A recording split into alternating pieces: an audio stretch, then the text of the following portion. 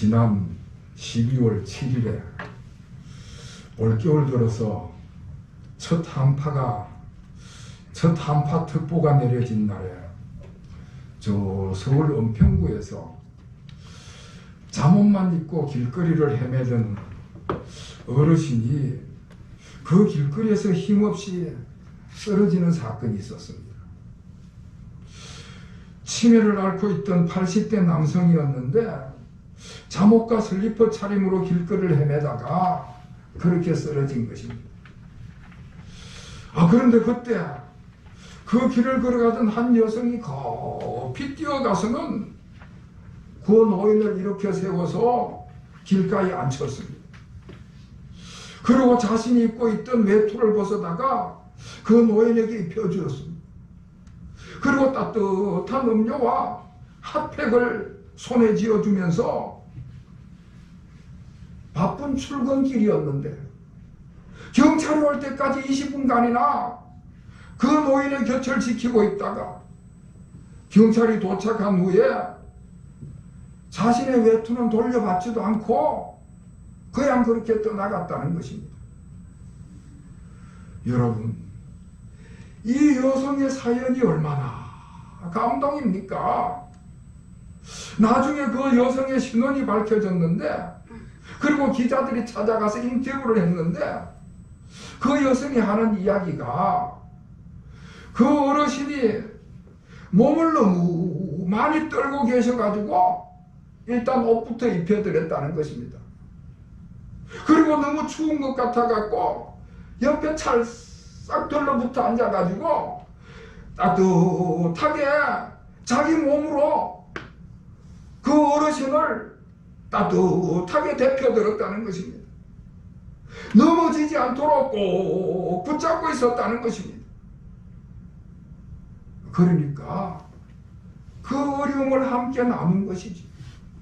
그 어려움을 함께 견딘 것입니다. 그래서 경찰에서는 이 여성을 진심으로 칭찬을 하면서 경찰서장 명의로 된 감사장을 수여했다는 것입니다. 오늘 본문 28절 말씀에 보면은 우리 예수님께서 제자들에게 칭찬을 하시는 말씀이 나옵니다. 너희는 나의 모든 시험 중에 항상 나와 함께한 자들이다. 예수님이 복음 사역을 하실 때도, 여행을 다니실 때도, 심지어 고난을 당하실 때도 그 제자들이 함께했다. 그것을 칭찬하시는 말씀입니다.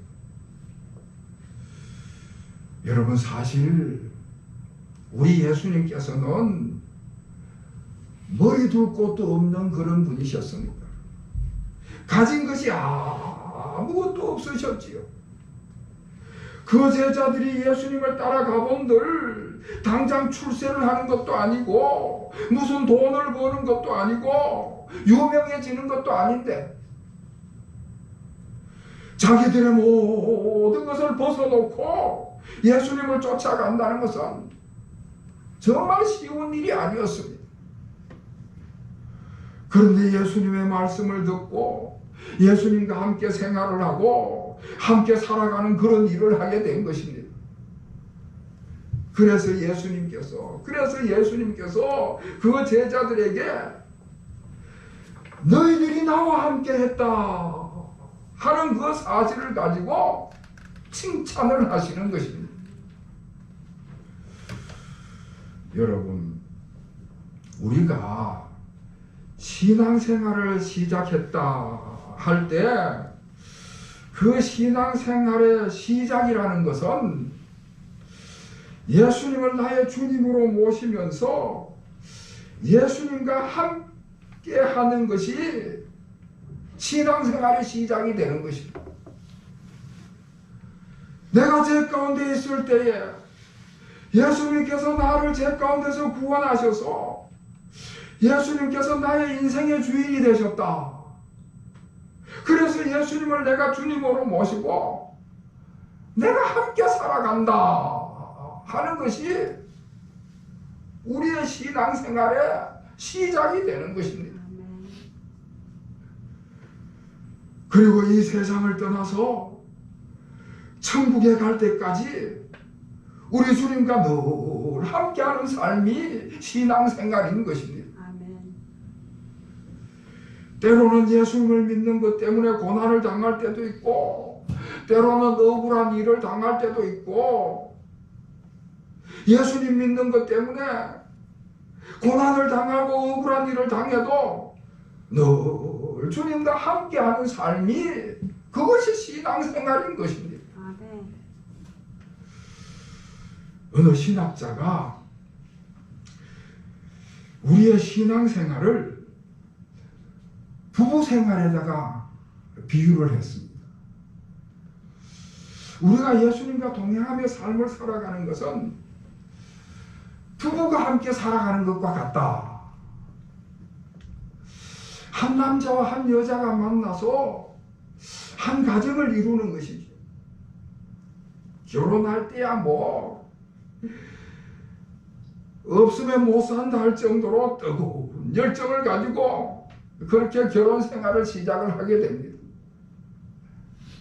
그런데 삶을 살아가면서 금방 저 사람하고 나하고는 많이 다르다 하는 것을 느끼게 된다는 것이지.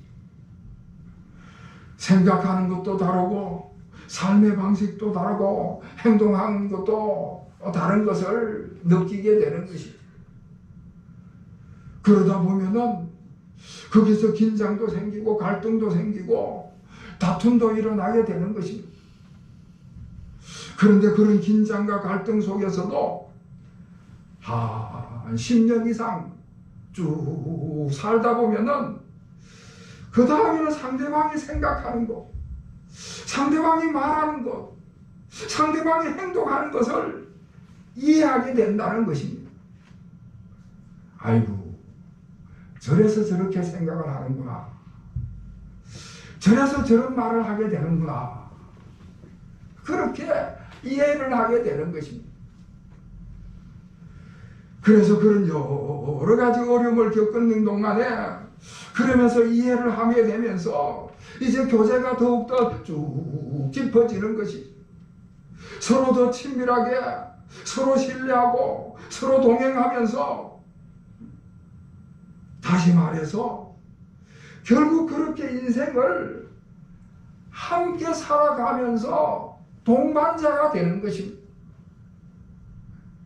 우리가 예수님과 함께하는 신앙생활하는 것도 그와 같다 하는 말씀입니다. 우리가 처음 신앙생활할 때 예수 믿어 구원받은 확신을 가지고 뭐 성령의 능력을 체험할 때는 얼마나 좋습니까? 그래서 불같은 믿음과 열정으로 신앙생활을 시작하는 것이지요. 그런데 우리가 신앙생활 하다 보면은 이런저런 신앙의 갈등을 겪기도 하고, 때로는 주님께로부터 멀어지기도 하고요, 때로는 주님께 배신하기도 하고, 때로는 주님으로부터 낙심을 당하기도 하고 그러는 것입니다. 그런데 그런 여러 가지 과정을 겪으면서 신앙생활을 오래 하다 보면은 말씀을 통해서, 기도를 통해서 주님과 점점 친밀한 교제가 이루어지고 주님과 함께하는 삶, 우리 주님과 동행하는 삶을 살아가게 되는 것입니다. 그러면서 결국은 하나님 나라에 가는 그날까지 우리 주님과 함께하는 삶을 살아가는 것입니다. 할렐루야. 네. 자, 그런데 여러분, 우리가 이렇게 우리 주님과 함께하는 삶을 살아가고자 할 때에 그것을 제일 싫어해서 방해하는 존재가 있다. 오늘 성경에서 사탄이 그렇게 우리가 주님과 함께하는 삶을 방해하는 존재다 이야기를 하고 있습니다. 31절 말씀을 보면은 시몬아 시몬아 보라, 사탄이 밀가루로 뜻하려고 너희를 청구하였다 하는 말씀이 나옵니다. 예수님께서 사탄이 시험하는 것을 밀을 타작할 때 키질하는 것에 비유를 해서 말씀을 하시는 거예요. 옛날에는 수술을 해서 탈곡을 하고 나면은 그 키질을 했습니다.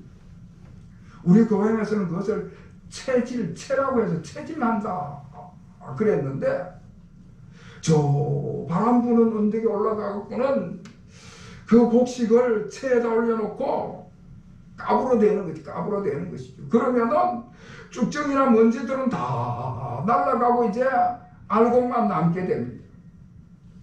그런데 사탄이 우리가 예수님과 함께 삶을 살아가는, 예수님과 동행하는 이 신앙생활을 못하도록 방해를 하기 위해서 우리를 그 키 위에다 올려놓고는 까불어댄다는 것입니다. 여러분 한번 생각해 보시길 바랍니다. 우리가 사탄의 그 키에 올라가서 사탄이 까불어댈 때에 올라갔다 내려갔다가 하면은 뭐 정신이 하나도 없을 거 아니겠습니까? 얼마나 혼란스럽겠습니까? 끔찍한 일이지요. 그렇게 사탄의 키질에 까불어대면은 이성을 잃어버리게 되고 분별력과 판단력을 잃어버리게 되는 것입니다. 그렇게 사탄의 시험에 휘둘리게 되면은 말할 수 없는 고통을 겪게 되는 것입니다.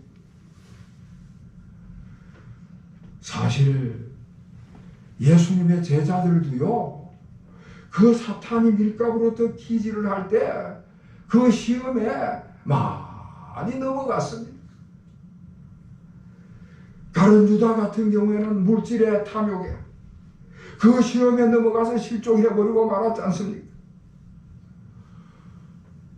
돈을 사랑하는 나머지 돈 때문에 예수님을 배신하고 그만 실족해서 멸망의 길로 가고 말았습니다.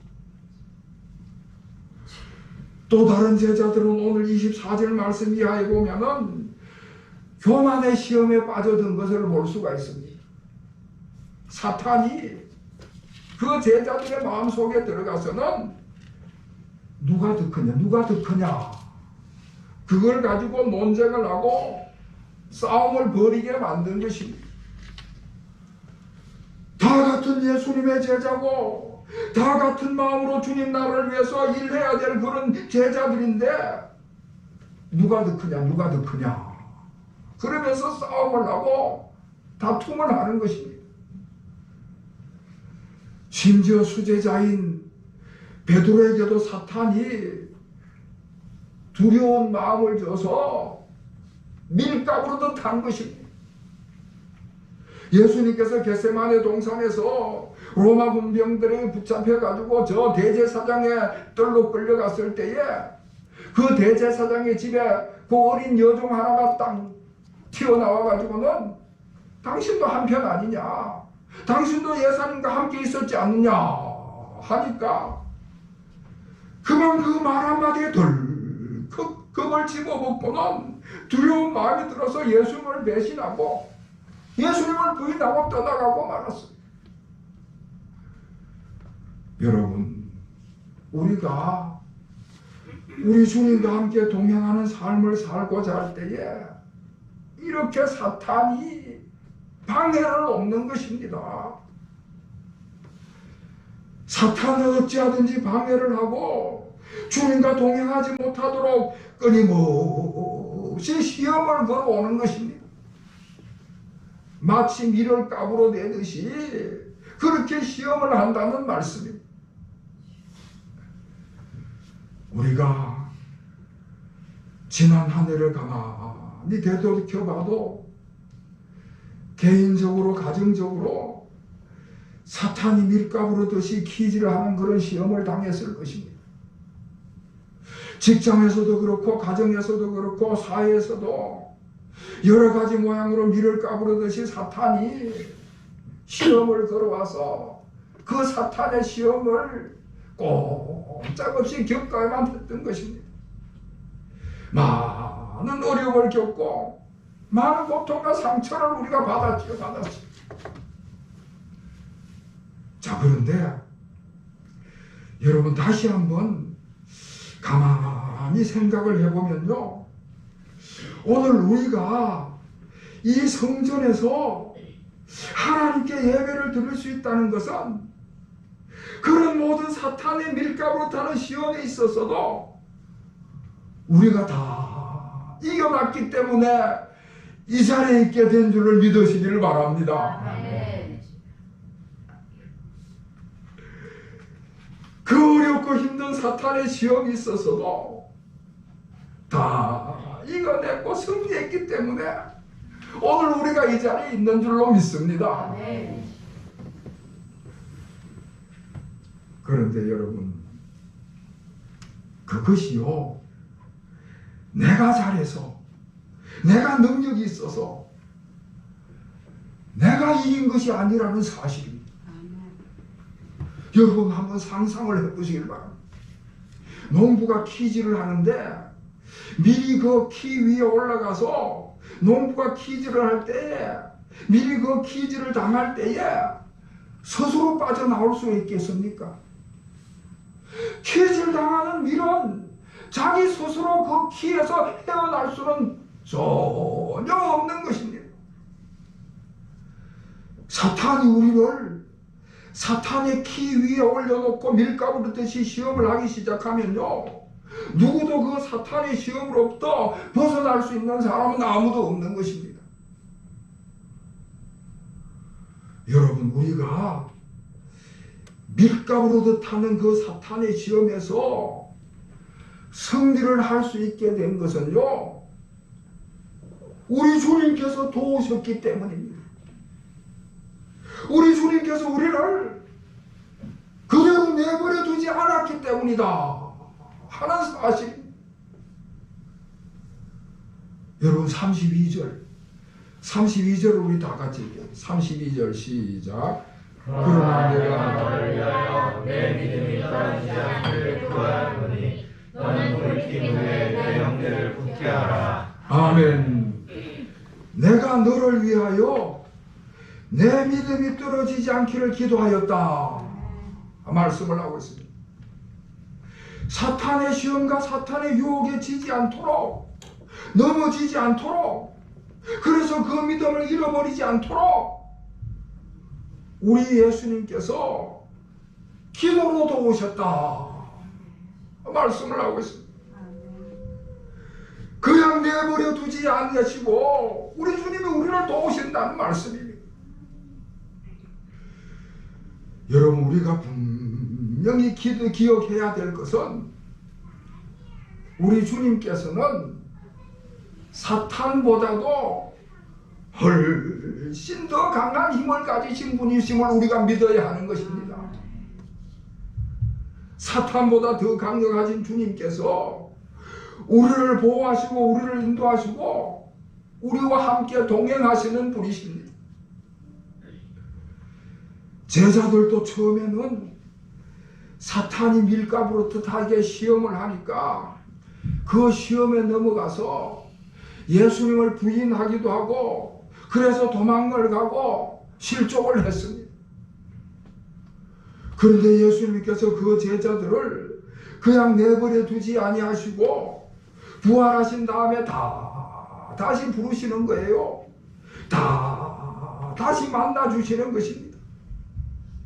그 제자들에게 부활하신 장면을 보여주시고 성천하시는 장면을 보여주시고 다시 성령으로 강림하셔서 그 제자들을 다시 강하게 만드셨습니다. 그래서 그 이후로는 예수님의 제자들이 실족하지도 않고 주님께서 주신 사명을 끝까지 잘 감당해 나가는 것입니다. 결국 마지막까지 승리하는 삶을 살아가는 것입니다. 우리 주님께서 도와주심으로 인해서 하나님 나라에 갈 때까지 잘 견디고 끝내는 승리를 하신 것입니다. 사랑하는 성도 여러분,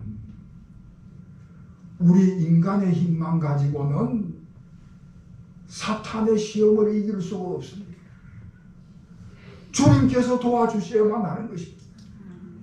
그런데 오늘 하나님의 말씀은 우리에게 분명히 말씀하시기를 우리 주님께서 우리를 위해서 기도하신다. 우리가 하나님 나라 갈 때까지 함께 하시고 우리를 도와주신다. 말씀을 하고 있습니다. 그래서 우리도 신앙생활을 통해서 늘 주님과 함께 살아가고 우리 주님과 동행하는 삶을 살아가야 되는 것이지. 사탄의 시험이 있어도 고난이 있어도 고통이 있어도 주님과 함께 동행한다는 이 사실을 결코 잊어서는 안 되는 것입니다. 자, 이렇게 우리가 주님과 함께하는 주님과 동행하는 삶을 살아가면은 우리 주님께서 상급을 주신다 말씀을 하고 있습니다. 여러분 29절과 30절 29절과 30절을 다 같이 읽겠습니다. 시작. 내 아버지께서 나라를 내게 맡기신 것 같이 나도 너에게 맡겨 너희로 내 나라에 있어 내 상에서 먹고 마시며 또는 보좌에 앉아 이스라엘 12지파를 다스리게 하려 하노라. 아멘. 이 땅에서 주님과 함께 동행하는 삶을 살아가면은 우리가 하나님 나라를 소유하게 된다. 그리고 그 하나님 나라에서 하나님의 식탁에서 먹고 마신다. 그 잔치자리에 같이 참석해서 기쁨과 희락을 누린다. 놀라운 영광을 얻는다는 말씀을 주시는 것입니다. 여러분 2023년 한 해 동안에 여러 가지 문제도 많이 있었고 사탄이 미를 까부르듯 하는 시험도 많았습니다. 그로 인해서 받은 고통과 상처도 많았을 것입니다. 그러나 우리가 분명히 기억해야 될 것은 주님께서 지금까지 우리를 기도하심으로 도우셨다 하는 사실입니다. 국가적으로, 사회적으로, 경제적으로 너무나 많은 어려움이 있었던 한 해였지만은 우리 주님의 기도로, 우리 주님의 도우심으로 우리가 잘 이겨내서 오늘 이 자리에서 우리 주님 앞에 예배 드릴 수 있게 된 것입니다. 지금까지 우리 주님께서 저와 여러분을 기도함으로 도와주셨습니다. 그리고 더 분명한 것은 앞으로도 우리 주님께서 저와 여러분을 기도함으로 도와주실 줄 믿으시기를 바랍니다. 지난 한 해 동안 우리 주님과 함께하고 동행하는 삶을 살아간 것을 감사하시는 여러분이 되시기를 주의 이름으로 축원합니다. 우리의 신앙생활은 날마다 2024년도에도 2025년도에도 계속해서 주님과 함께하는 삶이 될 것입니다. 우리 주님의 도우심을 받아서 날마다 해마다 승리하는 삶을 살아가야 될 것입니다.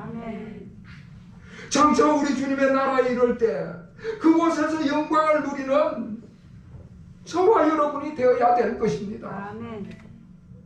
이와 같은 은혜가 우리 모든 교우들에게 임하시기를 다시 한번 주님의 이름으로 축원합니다. 기도하겠습니다. 하나님 아버지, 사탄이 밀을 까부르듯이 키질하는 것 같은 그런 세상에서 저희들이 삶을 살아가고 있습니다. 그래서 때로는 고난을 겪기도 하고 낙심을 하기도 하고 그래서 실족할 때도 있었습니다. 그러나 오늘 여기에 한 해를 마무리하는 마지막 날에 주님 앞에 앉아 있다는 것은 그 모든 사탄의 유혹과 시험과 고난 속에서도 다 승리하였기 때문인 줄로 믿습니다. 우리 주님께서 도우시고 함께 하시고 동행하셨기 때문인 줄로 믿습니다. 저희들이 날마다 해마다 삶을 살아갈 때에 주님께서 저희들을 도우시고 함께 하시고 동행하신다는 사실을 분명히 기억하게 하여 주시옵소서. 그리하여 장차 주님의 나라에 이를 때에 그 주님의 식탁에서 기쁨과 희락을 누리는 상급을 받아 누리는 우리 모든 교우들이 되게 하여 주시옵소서. 예수 그리스도의 이름으로 간절히 기도하옵나이다. 아멘. 찬송가 191장을 찬송